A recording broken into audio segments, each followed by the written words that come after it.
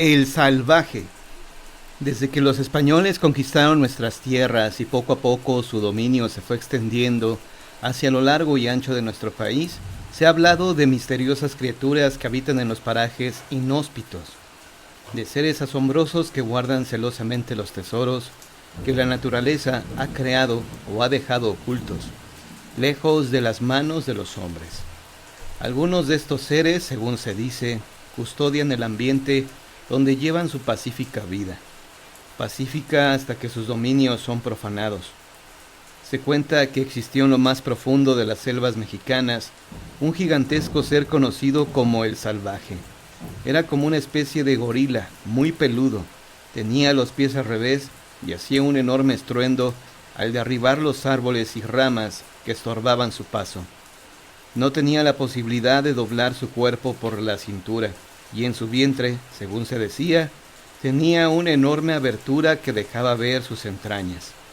Era el habitante más terrible de la selva, y las balas no podían herirlo. En los pequeños poblados de Veracruz se habla de los chilobos, y aunque había manera de embaucarlos para poder cazar a alguno de estos, se decía que traían muy mala suerte. Los cazadores que valientemente se atrevían a buscar a esta bestia acababan siendo devorados, ya que cuando notaban el gran tamaño de sus huellas, algunos preferían abandonar la cacería. Otros, al tratar de alejarse de su rastro, acababan encontrándose directamente con él, debido a que el salvaje tenía los pies al revés. En la búsqueda del salvaje murió mucha gente. Los grandes brujos decían que la bestia era un enorme amuleto para la suerte, que solo la música podía apaciguarlo. Con estas suposiciones a cuestas, un valiente brujo de nombre Rubén se atrevió a ir en busca del salvaje. Era una noche cálida de verano cuando este brujo llegó a las profundas selvas del sur del país. Acampó en medio de la espesura y decidió esperar a que la bestia apareciera. Al amanecer, Rubén despertó con los rayos del sol que se colaban entre las ramas de los árboles. Grande fue su sorpresa y sobresalto al descubrir que ante él se hallaba tan temido salvaje. Rubén sintió un estremecimiento por saberse a total merced del monstruo, que solo lo miraba con extrañeza, como tratando de adivinar quién era o qué hacía ahí. El brujo se sintió atemorizado, trató de levantarse muy lentamente, pero al percibir su movimiento, el salvaje dio un potente rugido que hizo estremecer toda la selva. Rubén salió corriendo despavorido, pero atinó a tomar en sus manos una guitarra que llevaba consigo. El salvaje, enfurecido, comenzó a rugir aún más fuerte, arrancando los árboles a su alrededor para tratar de encontrar al brujo, quien corría de un lado a otro, tratando de evitar ser descubierto y recuperándose de la sorpresa. Al fin llegó a un pequeño paraje donde había una gran roca y se sentó a tocar la guitarra como si no pasara nada. Cuando el monstruo llegó al sitio donde Rubén estaba sentado, se quedó de una pieza, mirándolo, totalmente desconcertado. El brujo interpretaba una alegre melodía sin hacer caso aparentemente de la bestia, que comenzó a moverse al ritmo de la música. La canción iba subiendo de tono y el monstruo se revolcaba de risa cada vez más y más. Cuando el salvaje estuvo tirado en el piso, entre carcajadas, sosteniendo las tripas que amenazaban salir de sus abiertas entrañas, Rubén soltó la guitarra de súbito y sacó un filoso machete. Sin dar tiempo a nada más, le cortó la cabeza al monstruo. La noticia de que Rubén, el brujo, había cazado al salvaje se corrió como reguero de pólvora por todo el poblado. Los habitantes de la selva no parecían muy alegres con la noticia, pues presagiaban calamidades. Por su parte, Rubén había sido alabado por la gente del pueblo, que ahora lo respetaban por su valor y fuerza, al haberse encargado él solo de tan temible bestia. Recibió muchos regalos y se casó con la mujer más hermosa de aquel lugar. Al pasar algunos días comenzaron a suceder ciertas desavenencias en el pueblo. Una gran sequía azotó el lugar y todas las cosechas se malograron. La pequeña presa no pudo dar abasto a la gente, porque inexplicablemente el agua se echó a perder, como si se pudriera. Los niños se enfermaron y comenzaban a morir. La gente no tenía alimentos y comenzaban a maldecir su suerte. Otros brujos, llenos de envidia, culparon a Rubén de todos los males, pues decían que por haber matado al salvaje, había ocasionado todos estos problemas. La gente se convenció de ello y una noche partieron hacia la choza del brujo, a orillas de la selva. Iban con antorchas y machetes, llenos de furia contra el causante de las calamidades que los azotaban. Rubén se hallaba en su casa cortando leña cuando vio llegar a la muchedumbre enfurecida. Corrió a encerrarse, pero comenzaron a quemar su choza y tuvo que salir de ella a toda prisa, junto con su mujer. La gente, que se hallaba en tremendo frenesí, los amarró y los quemó ahí mismo, en medio de un macabro ritual. De nada sirvió la muerte del brujo y de su esposa. Las cosas no cambiaron durante mucho tiempo, así que desde entonces la gente de estas zonas respeta religiosamente la selva y todo lo que en ella habita, pues sabe que cualquier atentado contra la naturaleza puede ser desafortunado y fatal.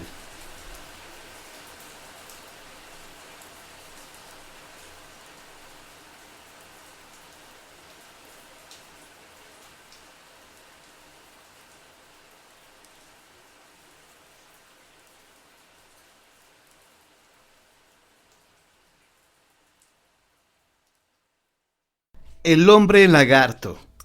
El 29 de junio de 1988, en la población de Beachville, en Carolina del Sur, Estados Unidos, el joven Chris Davis, después de cambiar un neumático averiado y a punto de retomar el viaje a su casa, fue atacado por un lagarto de más de 2 metros. Como pudo, Davis logró repeler el ataque del animal y entró a su automóvil. Después, el lagarto trepó hasta el techo y comenzó a arañarlo. Chris encendió el auto y huyó del lugar. Al llegar a su hogar, le narró a su familia de su encuentro, pero no lo divulgaron a los vecinos. A pesar de esto, la gente que vivía cerca de Davis se percató que el auto tenía arañazos en el toldo y le hablaron a la policía para que investigara. Al poco tiempo, otros testigos comenzaron a reportar la presencia de este lagarto gigante. Rodney Knopf y Snake Drops, mientras viajaban en su auto con sus respectivas novias, lograron ver frente de ellos y a pocos metros un lagarto gigante que se dirigía a los pantanos que se encuentran cerca de la carretera. George Holloman, que se desempeñaba como obrero de construcción, afirmó que mientras sacaba agua del pozo, un lagarto gigante le cayó encima. El obrero forcejeó con el reptil y pudo escapar ileso. Los policías que investigaron estos hechos, Mike Hutt y White Atkinson, encontraron varias huellas extrañas en la zona, como arañazos y pisadas de 35 centímetros de largo por 17,5 de ancho, que no fueran identificadas o asociadas con algún animal de la región.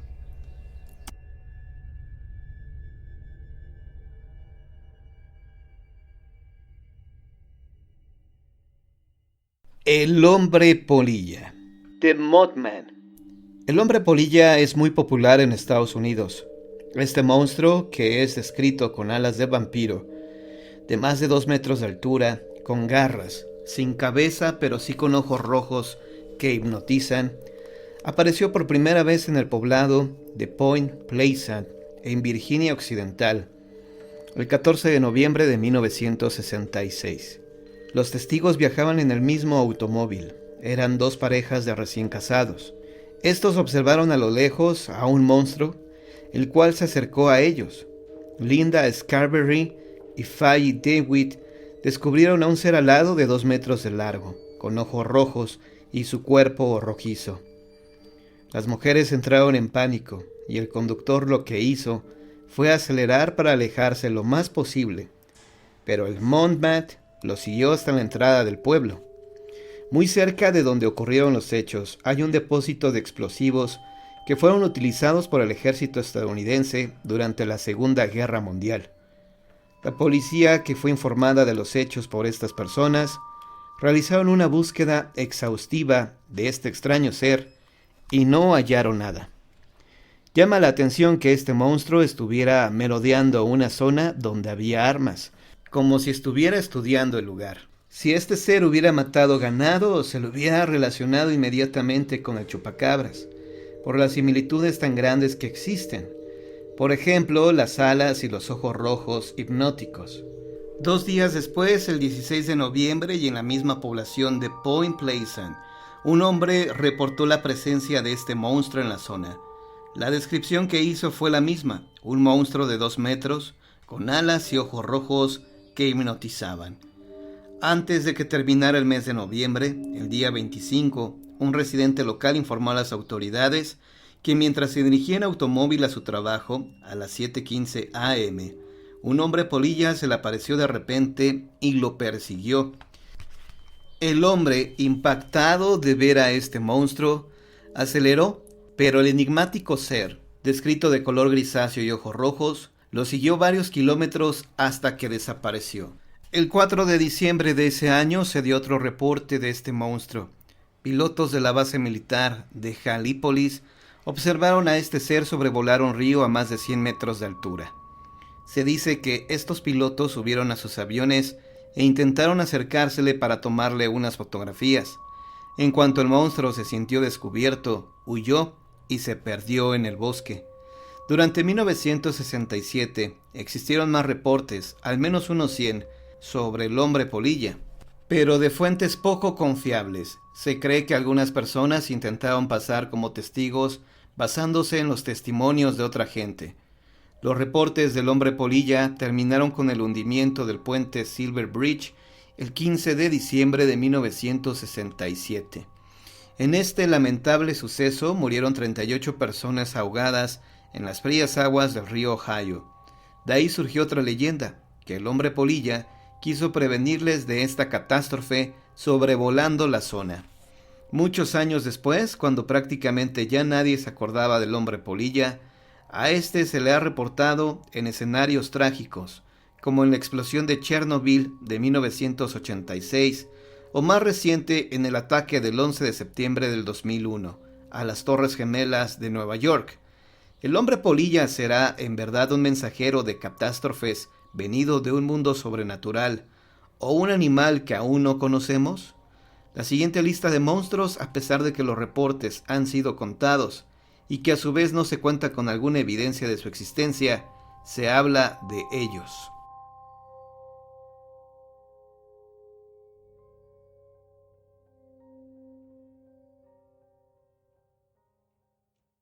Pie Grande, un misterio por resolver. En 1967, en los bosques de Bluff Creek, al norte de California, en Estados Unidos, Roger Patterson logró filmar en película de 16 milímetros al que podría ser Pie Grande. Esta evidencia gráfica es de gran importancia, ya que fue y ha sido la única vez en que este mitológico ser fue captado por alguien. Este hecho vendría a reforzar las decenas de testigos sobre el avistamiento del Pie Grande, el cual no solo se ha reportado en Norteamérica, sino en todo el mundo, por lo cual tiene diferentes nombres. En Estados Unidos se le llama Bigfoot, en Canadá Sasquatch. En el Himalaya se le conoce como el Yeti, en Siberia el Chukuna y en Australia como Yowis. En general los testigos hablan de un animal parecido a un gorila gigante, solo que este camina en 2 patas, encorvado y de fuerte constitución. Se dice además que tiene un olor nauseabundo y que solo se alimenta de vegetales. Curiosamente, los primeros reportes de este extraño ser vienen de Australia, a finales del siglo XVIII. El 3 de octubre de 1894, Johnny McWilliams, mientras cabalgaba de Snowball hacia Hinden, en Nueva Gales del Sur, vio a un pie grande, que medía al menos 1,80 m de alto, el cual al sentirse descubierto, huyó. En esa misma región de Nueva Gales del Sur, los hermanos Joseph y William Webb tuvieron un encuentro muy cercano con el Pie Grande. Mientras los Webb estaban acampando en las montañas Brindabella, escucharon que un animal se acercaba donde ellos estaban. ¿Cuál sería su sorpresa que al iluminar con una lámpara, observaron que a escaso 1,5 metros se encontraba el temido ser, a quien no quedó más que ahuyentarlo con disparos. En 1917, el geólogo suizo Francois Delois, al estar en la frontera de Colombia y Venezuela, mató a un aparente pie grande de 1,50 m. Y digo aparente porque los que juran haber visto al hombre de las nieves le calculan una estatura promedio de 2 metros. En China, por ejemplo, Pan Henseng, en junio de 1977, tuvo un encuentro cercano con este ser, y así lo recuerda. Estaba cortando leña cuando de repente vi que un ser velludo se acercó a mí. Levanté el hacha, dispuesto a luchar por mi vida. Nos quedamos así los dos inmóviles, más de 1 hora. Después tomé una piedra y se la tiré. Le dio en el pecho. Lanzó varios aullidos y se frotó el lugar del golpe con la mano izquierda. Después pasé a la izquierda. Se apoyó en un árbol y se alejó, dirigiéndose lentamente hacia el fondo del barranco. Y hacía un ruido como si mascullara algo. El hombre medía algo más de 2 metros. Tenía la frente hundida y ojos negros. Su mandíbula era prominente y sus dientes delanteros anchos. La cabellera castaño oscura le llegaba hasta los hombros, y tenía la cara y cuerpo cubiertos de vello corto. Sus largos brazos le llegaban hasta las rodillas, y caminaba erguido con las piernas muy separadas. En la antigua Unión Soviética, la doctora Jana Kovmamba comenzó a investigar este misterio tras hallar algunas pisadas inusuales en la nieve. Esto en las montañas Cáucaso. De 1955 a la fecha ha recibido muchos informes de testigos oculares y se ha entrevistado al menos con 4,000 personas. Fue entonces cuando conoció la siguiente historia. En 1946 el capataz de una granja logró atrapar momentáneamente a un pie grande en su cabaña, ubicada en Hetmist. La criatura parecía un ser humano, pero de grandes proporciones y con todo el cuerpo cubierto de pelo. Pero al regresar con una soga, este ya había escapado, derribando la puerta de la choza. Una evidencia más del pie grande se registró allá por el año de 1979 en las montañas del Pamir, en la frontera sur de Rusia.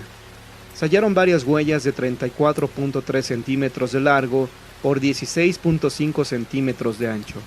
Obviamente se le atribuyeron de inmediato a este monstruo, aunque los detractores opinaron que eran simples pisadas de una cabra, pero que al ser derretidas por el sol daban este efecto. Lo cierto es que algunos investigadores como Roger Patterson, quien filmó a pie grande en Estados Unidos, han logrado reproducir exitosamente el pie a partir de una huella dejada. Lo más reciente que se sabe del también llamado Hombre de las Nieves es que a partir de la película de Patterson se ha llegado a la conclusión de que él no podría ser él, sino ella, pues se le aprecian 2 senos. Lo anterior vendría a apoyar una teoría la cual dice que Pie Grande podría ser un hombre prehistórico que aún sobrevive hasta nuestros días. ¿Es esto posible? Sí, ya que en la actualidad se han descubierto varios animales, en especial peces, que los daban por extintos. La interrogante, o mejor dicho, lo más lógico a pensar sería que estos seres se reproducen y viven en pequeñas comunidades, pero que obviamente se mantienen alejados de la civilización, viviendo dentro de cuevas muy remotas. El Pie Grande, al igual que otros misterios, como el monstruo del lago Ness, ovnis, fantasmas, etc., se alimenta de realidad y fantasía. En todos los casos siempre se cuentan con testigos, y aunque algunos solo engañan para buscar fama y dinero, existen otros que dicen la verdad, o creen decir la verdad, porque están confundidos con lo que dicen que vieron.